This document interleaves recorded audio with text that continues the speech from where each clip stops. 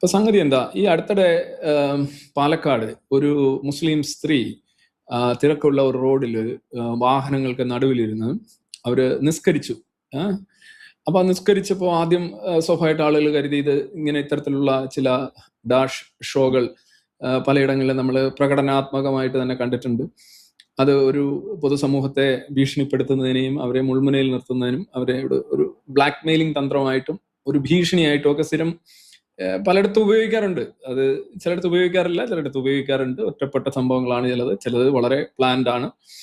പക്ഷെ എന്തായാലും അങ്ങനെ ഒരു സംഗതി ഉണ്ട്, ട്രെയിനുകളിലൊക്കെ നമ്മൾ കാണാറുണ്ട്. ഇതിന്റെ ഒരു വേറെ വേർഷൻ ആയിട്ടാണ് ഈ സംഭവം എന്നാണ് പൊതുവിൽ ആദ്യം കണ്ടവർക്ക് തോന്നുന്നത്. കാരണം അങ്ങനെയാണല്ലോ. അപ്പൊ അതിനവരെ കുറ്റപ്പെടുത്തിയിട്ട് കാര്യമൊന്നുമില്ല. അവരത് കാണുമ്പോൾ അങ്ങനെ തന്നെയായിരിക്കും ചിന്തിക്കുക. കാരണം ഇതിന്റെ മുന്നേ ഉള്ള നമ്മുടെ തലച്ചോറിന് എങ്ങനെയാണ്, നമ്മൾ ഏതെങ്കിലും ഒരു ഡേറ്റ വന്നു കഴിഞ്ഞാൽ അതിന്റെ സമാനമായ പ്രീവിയസ് ഡേറ്റയുമായിട്ട് കമ്പയർ ചെയ്ത് പെട്ടെന്ന് ഒരു ഷോർട്ട് കട്ട് കൺക്ലൂഷനിൽ എത്തുക എന്ന് പറയുന്നത് ലോകത്തുള്ള എല്ലാ മനുഷ്യരുടെയും ഒരു ഇതാണ്, എന്താ പറയാ, ഒരു ടെൻഡൻസിയാണ്, ഒരു പ്രവണതയാണ്. അങ്ങനെ തന്നെയാണ് നമ്മൾ കാര്യങ്ങളൊക്കെ തിരിച്ചറിയുന്നത്. പിന്നെ ഒന്നുകൂടെ നോക്കുമ്പോൾ എന്താണ്, ആഴത്തിലുള്ള അന്വേഷണങ്ങളിൽ വ്യത്യസ്തമായിട്ടുള്ള ഫലങ്ങൾ കൊണ്ടുവരും. അത് ശരിയാണ്.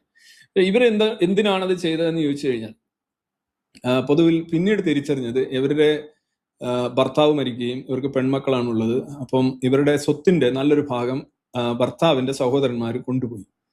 അങ്ങനെ ഇവർക്ക് അവസാനം എല്ലാം കൂടെ വീതിച്ചെടുത്തപ്പോൾ ഇവർ തെരുവിലാകേണ്ട അവസ്ഥയായി, അല്ലെങ്കിൽ അവർക്കൊന്നും ഇല്ലാത്ത അവസ്ഥയായി എന്നാണ് പറയുന്നത്. എനിക്ക് എന്റെ വിശദാംശങ്ങൾ അറിയില്ല. പക്ഷെ she was actually reacting against the injustice.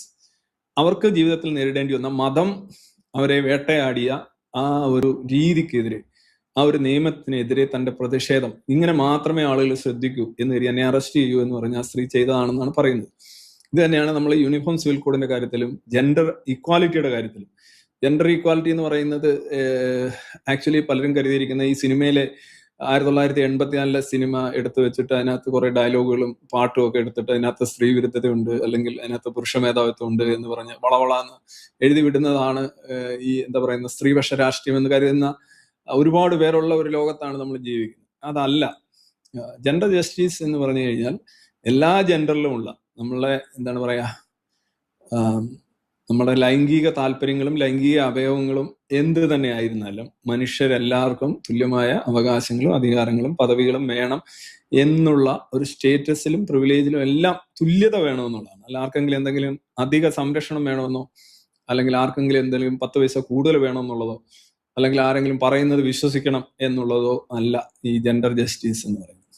അല്ലെ ചില പറയും, ഇപ്പൊ ഈ അടുത്തിടെയൊക്കെ ഒരുപാട് പേര് പറയുന്നുണ്ട്, എന്താണ്, സ്ത്രീകൾ പോയി പറഞ്ഞു കഴിഞ്ഞാൽ, സ്ത്രീകൾ മാത്രമല്ല കേട്ടോ, വേറെ ഒരുപാട് വിഭാഗക്കാരുണ്ട് ഇങ്ങനെ അമിതമായിട്ടുള്ള പ്രിവിലേജ് ഇപ്പൊ നിലവിൽ അത് വലിയ തോതിൽ മിസ്യൂസ് ചെയ്യുന്നതിന്റെ ഒരു കാരണം അത് തന്നെയാണ്.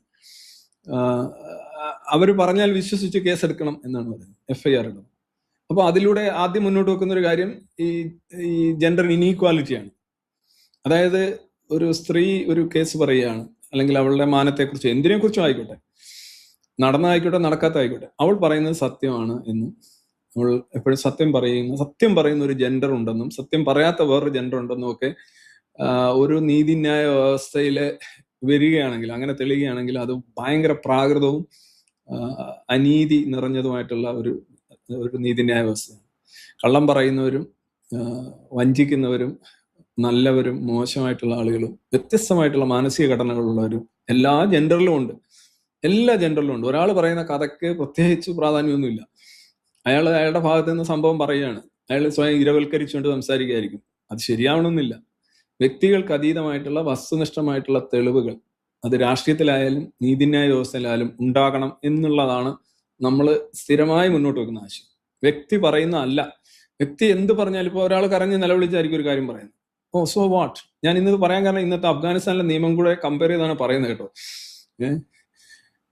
അവിടെ ഇതിന്റെ അയ്യരുകളിയാണ് ഈ ഇവിടെ നിലവിലുള്ള ഈ ജെൻഡർ ഇനീക്വാലിറ്റിയിൽ അധിഷ്ഠിതമായിട്ടുള്ള നിയമങ്ങളുടെ അയ്യരുകളിയാണ് അവിടെ വരുന്നത്. പക്ഷെ അവിടെ എന്താന്ന് വെച്ച് കഴിഞ്ഞാൽ അത് സ്ത്രീകൾക്കെതിരെയാണ് എന്നുള്ളതാണ്. ഇവിടെ സ്ത്രീകൾക്ക് അനുകൂലമാണെങ്കിൽ അത് അവിടെ സ്ത്രീകളെ വലിയ തോതിൽ പീഡിപ്പിക്കുന്ന, ചൂഷണം ചെയ്യുന്ന ഒന്നാണ് എന്നുള്ളതാണ്. രണ്ടും തെറ്റാണ്, രണ്ടും ഒരേപോലെ തെറ്റാണ് എന്നുള്ളതാണ് ഞാൻ ഈ പരിപാടിയിലൂടെ ആവർത്തിക്കാൻ ആഗ്രഹിക്കുന്നത്.